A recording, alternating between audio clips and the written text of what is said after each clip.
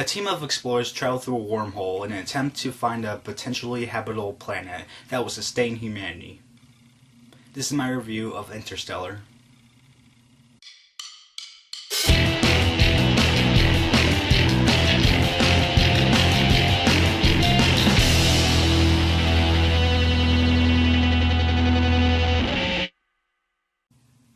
So I was ready for this movie a few weeks ago when I went to go see it with my dad, whether it was one of the best explained movies ever, or whether it was one of the most complicated movies I've ever heard or seen. Because when the stories about Interstellar were coming out, and when they were talking about what the possible storyline was for it, and it had to do with wormholes and black holes and possible parallel dimensions and stuff like that, I was like, okay, this may be another Inception where you have to watch a movie a few more times before fully understanding it. But like I said, I saw this movie a few weeks ago with my dad, and I have to tell you that I thought the movie was really good. The good points. If anything, I think the best thing coming out of this movie was the directing by Christopher Nolan, because he did a beautiful job of making this beautiful movie and trying to keep it together as best as it could with these grand ideas and these grand concepts of science and different fields of science. Now, I will admit that I don't have like some sort of PhD in science, and I'm not the most keen guy when it comes to science. But near the end of the movie, I sort of got the gist of what the science in this movie was about. And other than directing the grand concepts, I thought that with the story, I thought Christopher Nolan directed the story very well too. I said a second ago that the movie looks beautiful, and that's not only due to Christopher Nolan and his directing, but that's due to the cinematography as well. Because really, this is one of the most beautifully done movies of the year, because when you see these outer space scenes, it's like, oh my god, man, that looks amazing. Both the visual effects and the special effects of the movie were done really well. And it seemed like Christopher Nolan knew when to do the special effects and the visual effects. Because when these visual effects are happening, you can tell they're visual effects, but they're done really well. And at the same time, you can tell when the special effects are done, and they're also done very well too. And really, I wouldn't be surprised if Interstellar won Best Visual Effects this year. But if it does get nominated, then it's going to have some tough competition. The acting in the cast was great, but the person that did the best job was Matthew McConaughey. And I say that because in the movie, there are 3 separate scenes where he almost makes me cry because of the emotions that he was pouring out into his scenes when he was acting. And it's almost hard to make me cry one time in a movie, but if you do it 3 times and almost make me cry 3 times, then that tells me that you did something really well. The writing by Christopher Nolan and his brother Jonathan Nolan was good in the sense of giving out these grand concepts of science and trying to explain them as best as they could. But the other part of the writing that I liked was the father-daughter concept in the movie. Another good thing about this movie is the small surprise that happens, and I'll explain myself later on in the spoiler section, but yeah, I totally forgot about this one person being in the movie, and that was a little bit of a surprise, and what his character does is a bit of a surprise. And other things in the movie that were alright were the sound design, the editing, and the score of the movie by Hans Zimmer. The bad points. Once I started to think about these grand ideas and these grand concepts about these different things about science, I got confused.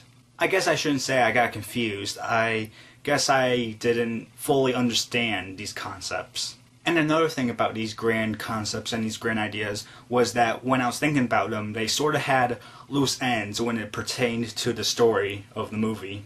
And I can't get into that right now, but I will in the spoiler section. And I guess the reason that I had a problem with some of the grand concepts and ideas was due to the writing. And I said before that Christopher and Jonathan Nolan did as best as they could to make these concepts and ideas as clear as possible. But when I was starting to think about more and more and more, like I said, I either didn't fully understand it or I thought it was a loose end. There were a few other things that I didn't like about the writing. And one of these other things was one of the characters in the movie. Another thing was some of the stories on Earth. And another thing is that they make it so that we think that the Earth is in trouble and it's in a dilemma. Because we're using up all the resources that the Earth has, so the Earth is dying. But the problem that I had with that was that I didn't feel that on a global scale. Because mainly all the Earth scenes were basically in this one area of the US And because of that, I didn't feel that global scale, like, oh my god, the Earth is in danger. Another thing that was bad about this movie was the sound mixing. Because there was dialogue that was mixed sometimes with the sound design and the score of the movie. And my problem was that when most of those scenes were happening, they were explanation scenes and monologues as to what the science was behind some of these concepts. Or some character was explaining their reasoning as to the decision that they made. And I was trying to listen to these concepts being explained, or these characters trying to explain themselves, but I couldn't hear that because either the sound design or the score of the movie was overwhelming. And really the only other bad point I have was that this movie could have been trimmed just a little bit, because there are some scenes there, and there throughout the movie where it's like, yeah, I don't know why you need that, or that. Alright, like I said, I saw this movie with my dad.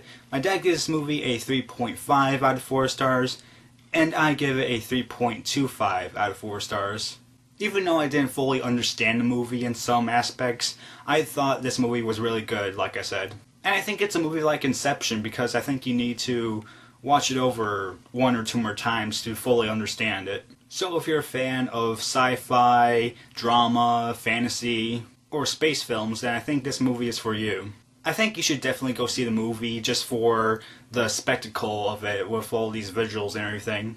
But if you want to wait and rent it later on, then I guess you can do that as well. Alright, spoilers for Interstellar. If you haven't seen Interstellar and you still want to see it, then get over now, because I'm going to be explaining some of the things about the science ideas or the concepts that I didn't understand, and some of the different points of the writing that I didn't either like or understand. So if you still want to see the movie, get over now. Okay, where to start? Well, I guess actually I can start with that small surprise I was talking about. And the small surprise was that Matt Damon was in the movie, and I forgot Matt Damon was in the movie. So when they get down to that planet, and when they open up that hibernation case or whatever, and when they open the bag, and when I see Matt Damon, I was like, oh hey, I forgot Matt Damon was in this movie. And we find out later on that Matt Damon has gone a little bit crazy, and it's like, yeah, sort of knew that was going to happen. But at the same time, I didn't know that, because it seemed like he was a good guy first, since he was showing the others, like, the planet, and telling them, like, what they could do and everything. So when Damon's character turned into a bad guy in a way, I was a little bit shocked. So like I said before, there's this one character that I didn't like in the movie, and that was the son. Both the younger and older versions of the son. Because really, when you think about it, he didn't really add anything to the movie. Nothing emotionally or to the story. And if you took his character out of the movie and his family out of the movie, I think it wouldn't make any difference at all. And really all Christopher and Jonathan Nolan had to do was to fill in those spaces with either more space scenes or more scenes with the daughter character. Another thing I didn't like, in a way, was when Matthew McConaughey's character was doing Morse code with her daughter when he was in the 5th dimension, and it seemed like he gave her all the information about all these like things about gravity and everything in just a matter of minutes, and it seems like that type of information would be really long and take maybe a few weeks to like tell her daughter. Oh yeah, another thing I didn't like about the movie was when Matthew McConaughey was rescued, and when he went to meet with the daughter, and the daughter was really old, and yeah, that's one of the scenes when I almost cried. But anyways, they have this short conversation, and it's like the daughter was like, yeah, you should go save the other astronaut. And by the other astronaut, I mean Anne Hathaway's character. And then she said, you should go and find her and let me be with my family. And then it seemed like Matthew McConaughey's character agreed with her. And it was a really short conversation, so I was like, wait, whoa, what? I mean, I sort of understand that she moved on. But at the same time, it's like, hello, like your father hasn't seen you for a while, and he's seen you grown up on these videos and everything. And at the same time, you haven't seen him in person for a while. And you would think that you would let him, like, talk to you for a few days or something before he went to get Anne Hathaway's character. But hey, that's just a small thing for me. Okay, so the grand concepts and everything, let's talk about that. In a way, I understood the black hole stuff. In a way, I understood the wormhole stuff. In a way, I understood the 5th dimensional stuff. And I understood that one planet where time goes faster. But the one thing that I don't understand, and this is pivotal for the movie, is how did the 5th dimensional beings come into existence?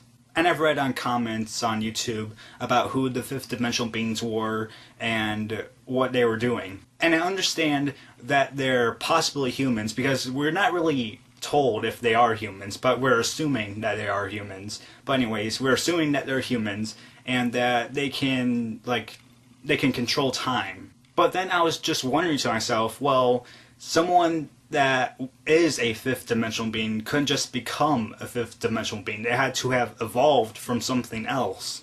So where I'm going with this is that this is before there was any wormhole or anything. Because the fifth dimensional beings were the ones that made the wormhole. But if we're talking about where everything started from, then we're saying that there was no fifth dimensional beings like during the first time that the events of Interstellar were happening. So where I'm going with this is that there had to have been a beginning to them. And what I mean by that is that since they had to have had a beginning, then the events that were happening in Interstellar weren't happening for the first time in a way. I know I'm sort of sounding confused, or I'm making you confused right now, but try to stay with me, please. Basically, what I'm trying to say is that the events that were happening in Interstellar that we saw weren't happening because before the fifth dimensional beings, there weren't any because Matthew McConaughey wasn't getting like the Morse code or whatever he was getting from his future self. And before the fifth dimensional beings, there was no wormhole. So that means there was probably no space mission at all. So in my hypothesis, then, if there was no space mission, then that means all the humans stayed on Earth and they should have died. But for some reason, we still have fifth dimensional beings. So that means if we're going on with the theory that the fifth dimensional beings are us, then some humans survived on Earth. And if the humans evolved into fifth dimensional beings, then why would they want to change their future? Because what they're doing when they're making that wormhole is making a time paradox. And I don't know why they would want to risk that. And I know I'm going to get comments down below saying, John, they can control time. Yes, I get that. I already said that. But it seems like they're risking becoming fifth dimensional beings if they're going to make an alternate timeline. And why would they want to do this in the first place if they already are fifth dimensional beings? I mean, it seems like you're pretty good if you're a fifth dimensional being. But hey, maybe I'm just this dumb person and I don't understand these grand concepts, and maybe I need your help and try to explain how or why the fifth dimensional beings would make the portal in the first place if they have already become fifth dimensional beings. And that's if you understood what I'm trying to say. So that's my review for Interstellar. Hope you guys liked it, and I hope you understood what I was trying to say in the spoilers. But other than that, guys, that's it.